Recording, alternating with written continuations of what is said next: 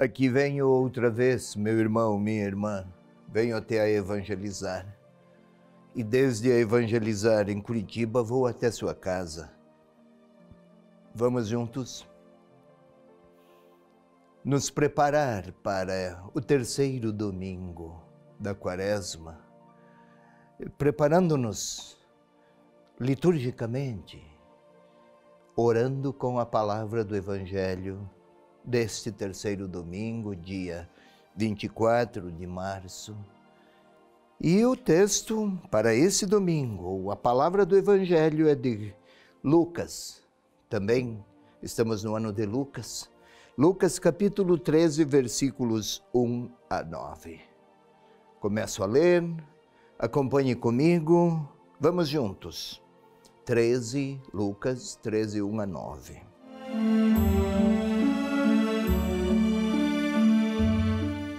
Neste momento, vieram algumas pessoas que contaram a Jesus o que acontecera com os galileus, cujo sangue Pilatos havia misturado com o das vítimas.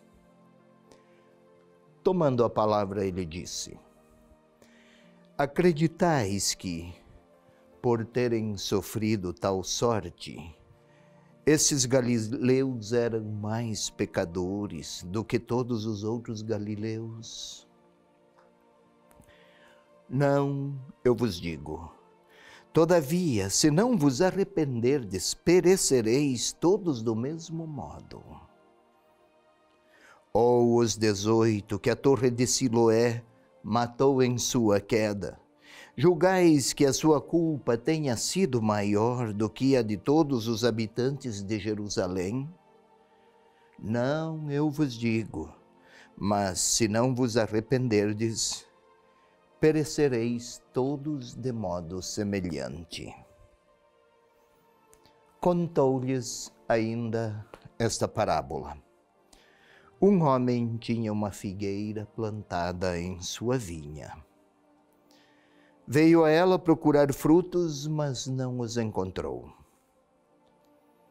Então disse ao vinhateiro: há 3 anos que venho buscar frutos nesta figueira e não encontro. Corta, porque há de tornar a terra infrutífera? Ele, porém, respondeu: Senhor, deixa ainda 1 ano para que eu cave ao seu redor e coloque adubo. Depois, talvez, dê frutos. Caso contrário, tu a cortarás. É esta a palavra do Evangelho para este terceiro domingo da Quaresma.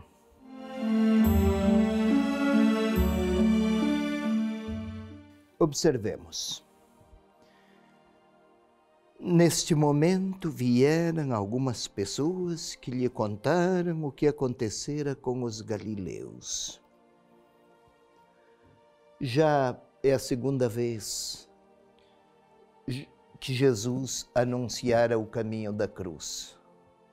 Ele caminhará para Jerusalém. Está em caminho para Jerusalém, aliás, é o capítulo 13 de Lucas. Ainda não chegou, mas a direção é esta. E foram-lhe falar o que acontecera lá em Jerusalém. Pilatos era um governador romano. Em nome do governador romano, governava a Palestina. Era um homem violento, era um homem vingativo, era carreirista. Bem, já anuncia agora que quando Jesus chegar, vai se deparar com alguém deste estilo. Vez por outra, sabe-se pela história que este governador perpetrava muitas violências contra qualquer reação que se apresentasse. Misturar o sacrifício dos homens com o sangue dos homens, com aqueles dos sacrifícios do templo, na realidade, significava até a profanação do templo, por um lado, mas, ao mesmo tempo, está aqui a ilustrar a violência. E quem pecou? E Jesus, aliás, na cultura da época, quem tinha um fim trágico, na mentalidade semítica do tempo, é porque alguém pecara. Provavelmente aquelas vítimas tiveram um fim de desgraça porque tinham adotado estilos de vida fortemente pecadores. E então o questionamento de Jesus: acreditais que por terem tido tal sorte estes galileus eram mais pecadores que os outros? Não. Já é uma grande ruptura com a mentalidade vigente, essa resposta de Jesus. Ou então aqueles outros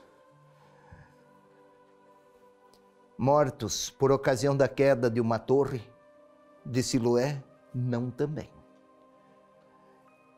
Mas se não houver conversão, aquelas duas tragédias podem ser um sinal de como será o futuro de quem não se converter. Um fim trágico. E aí não será uma tragédia histórica, mas é a tragédia ante a qual se depararão no encontro, por ocasião do encontro definitivo com Deus. E aí vem a parábola, para melhorar, para explicar. Um homem tinha uma figueira plantada em sua vinha. Até estranho, né? Figueira plantada na vinha. É que o povo de Israel era ilustrado com três tipos de árvore. Para falar de Israel e do povo de Israel, Israel era uma oliveira, primeira árvore. Outro símbolo, uma figueira. Outro símbolo, uma videira. Pois bem, um homem tinha, é parábola, um homem tinha uma figueira plantada em sua vinha e veio a ela procurar frutos. Fruto. É a imagem bíblica para referir conversão, aproximação misericordiosa ao irmão, mudança de coração face à vontade e à grandeza de Deus. Não se trata apenas de ritualismos ou religiosidades, mas de atitudes de fundo que transformam as relações com Deus, consigo e com os outros. Eis os frutos. Veio procurar desses frutos, mas nada encontrou. Ele plantou. Sugere que este senhor da figueira e senhor da vinha tenha tido atitudes de um bom cultivador. E então disse ao vinhateiro: há 3 anos que busco frutos nesta figueira. Uma boa árvore, uma vez por ano, é o ciclo da produção vegetal, produz frutos. Há 3 anos, nada. Este período de 3 anos é evidente que é uma referência ao tempo do ministério de Jesus. O que Jesus fez, ou estava a fazer, era a atitude do agricultor a preparar a videira e também a figueira, que é o nosso caso, para que produza frutos. 3 anos. E nada encontrou. Há 3 anos, não produz, então corta. E ele, o vinhateiro: Senhor, deixa ainda 1 ano para que eu acave ao seu redor e coloque adubo. Ainda é tempo de esperança. Parece que o homem, o dono da vinha, fala com o seu vinhateiro para que corte a árvore, e este está a discordar. É claro, o dono da vinha é o próprio Deus. E mais 1 ano. O que este vinhateiro quer dizer? não é discordância, é manter a esperança mediante o serviço, a atuação messiânica de Jesus. No capítulo 4 do Evangelho de Lucas, há o ideário, o programa de Jesus. O Espírito do Senhor levou-me, ungiu-me para levar a boa nova a quem precisa, aos pobres. Enviou-me para curar os contritos de coração, a libertar os presos e o último, um ano da graça do Senhor. Não se trata aqui de um ano no sentido cronológico, 365 dias, mas o tempo da graça. Ao Senhor da vinha está o Filho, Jesus, que é o vinhateiro, não a corrigir ou discordar do Senhor da vinha, mas querer afirmar ao leitor, ao discípulo que lê e que crê, que é tempo, estamos em tempo de Quaresma, tempo do ano da graça. O ano da graça, aquele tempo, aquela época significava o período em que todas as dívidas eram perdoadas, todos os pecados eram perdoados, os presos eram libertados, tudo era graça. Ou seja, aproveitar o tempo da graça para produzir frutos, porque o Senhor os deseja. Do contrário, então, seria uma árvore que estaria a consumir as qualidades do solo e prejudicar as outras árvores, as que produziriam frutos. Ou seja, este tempo de Quaresma é o tempo da graça, o tempo da misericórdia, tempo para acolher os dons, a força, a luz do alto, que nos encaminha a produzir frutos de conversão.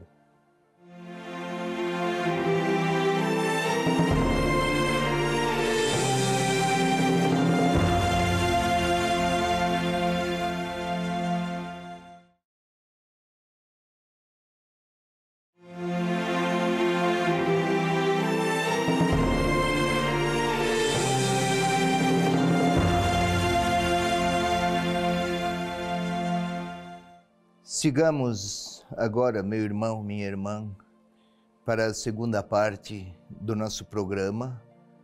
Agora sim, a leitura orante.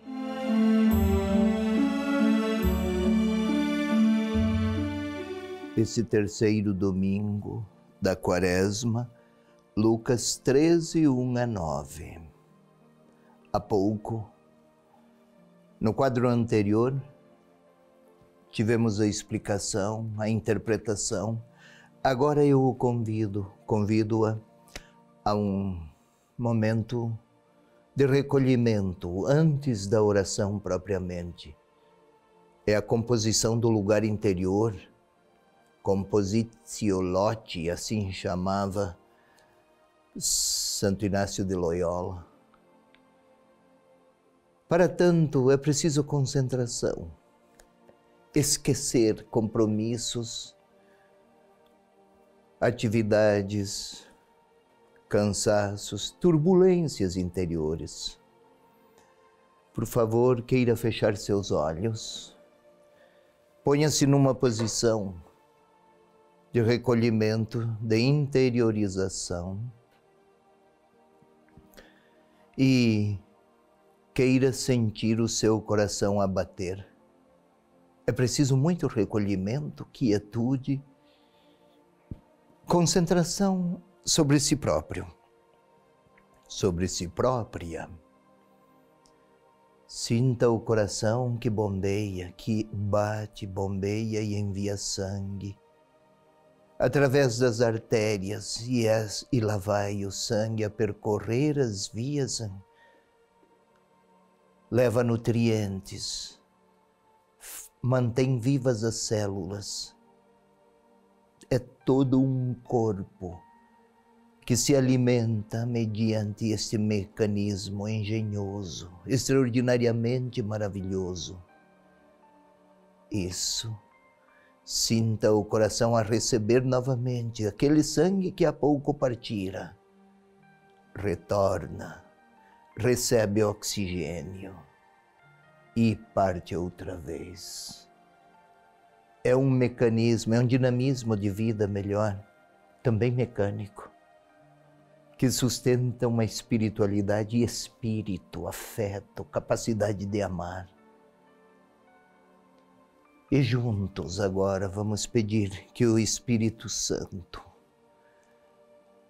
venha impregnar minha inteligência, meus afetos, minha capacidade de ser livre, de amar, de perdoar.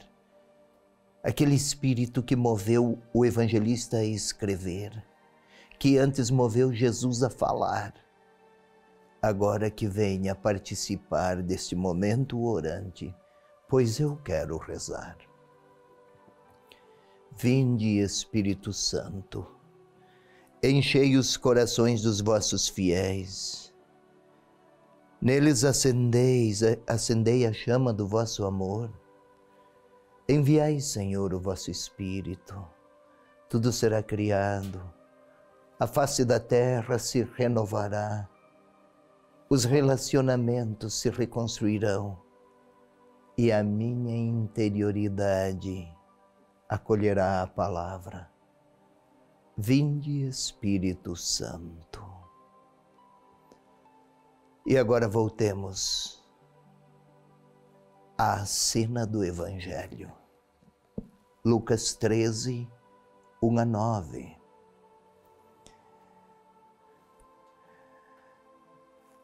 Tente imaginar aquelas cenas. Jesus está em alguma cidade ainda da Galileia, a caminho de Jerusalém. Talvez na praça de uma cidadezinha, que você pode imaginar a pequena cidade ou aldeia. O Senhor lá, quem sabe a descansar, com os seus discípulos, um lanche a tomar. E alguém vem lhe dizer, daqueles golpeados e assassinados pela violência de Pilatos. E Jesus começa a reflexão. Lá naquela praça que nós visualizamos, com os seus discípulos em torno, talvez ainda a tomar o lanche, a enxugar o rosto, talvez, do suor da viagem. E pensais, assim Jesus fala, e fala aos discípulos, e eu estou a ouvir, pensais que aqueles que morreram vão ter uma desgraça pior do que os pecadores, os outros? Não é esta a melhor maneira de interpretar situações dramáticas e tragédias. Ou então aqueles outros, todos lembram, talvez até gesticulam, recordando aquelas vítimas da queda de uma torre. Aqui no Brasil temos as nossas vítimas das barragens que se rompem. Pensais que o destino final deles é por algum pecado? Não, eu vos digo. Mas está a falar àqueles que foram noticiar ao Senhor. Está a falar que o fim espiritual de cada um que não se converter pode ser tão trágico quanto o daqueles. E o Senhor, para explicitar melhor, estamos a ver as cenas, imaginá-las, faz recordar a parábola. Começa a contar um homem que plantou uma figueira em meio à vinha. Posso até ver um campo, pequeno que seja, com plantas de uvas, parreiras, lá no meio uma figueira. E um homem a cultivá-la, busca fertilizar o solo, melhorar o entorno da planta, regá-la. E posso até imaginar o homem a procurar frutos. A árvore está cheia de folhas. Um ano, nenhum fruto. Outro ano, nenhum fruto. A parábola ainda pode nos ajudar, e está ele a dizer: a quem cuida da vinha, cuida também da figueira, não produz nada, corta-a. E este, o encarregado dos cuidados pela vinha, também pela figueira, vamos tentar mais uma vez. Dá até para imaginar este feitor da vinha que cuida dela, da vinha e da figueira, a melhorar o solo em torno à árvore, a regar, enfim, as melhores condições para que produza frutos. E agora vamos imaginar-nos lá naquelas cenas.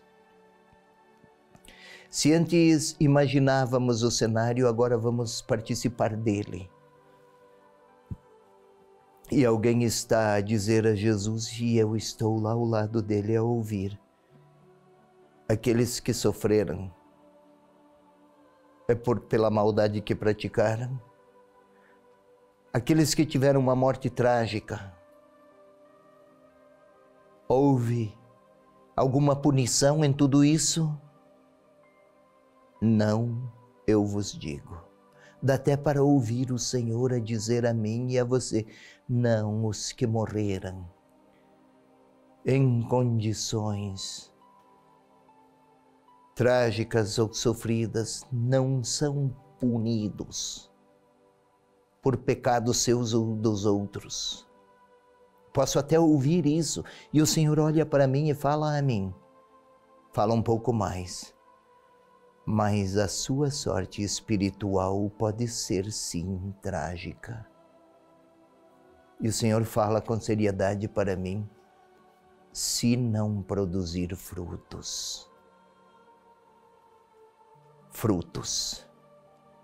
Amor ao próximo, busca da justiça, compaixão com o sofrido, promoção da paz, oferecer a misericórdia. E o Senhor olha para mim: se não produzir frutos, depois de tudo quanto recebeu, talvez fique sem relações de comunhão com o Senhor da vinha. Pode acontecer. Seria uma sorte pior. Quase que o Senhor olha para mim e diz: aproveita a vida, o tempo que tem de vida, para produzir frutos, para amar o próximo, para aproximar-se de quem está mergulhado em situações dramáticas. Aproveita a tua capacidade de comunicação para comunicar a paz, a tua capacidade de reconciliação para reconciliar-te. Faze isto. São frutos. E o Senhor olha para mim e me recomenda: insiste. E eu olho para ele. Ele parou de falar, mas aguarda a minha palavra e a minha resposta. É a hora de eu dizer o que vou fazer. É a hora de eu dizer a ele o que vou fazer com a minha vida, a quem eu vou entregá-la, para quem eu quero vivê-la. É a hora da minha palavra, é a hora da minha oração.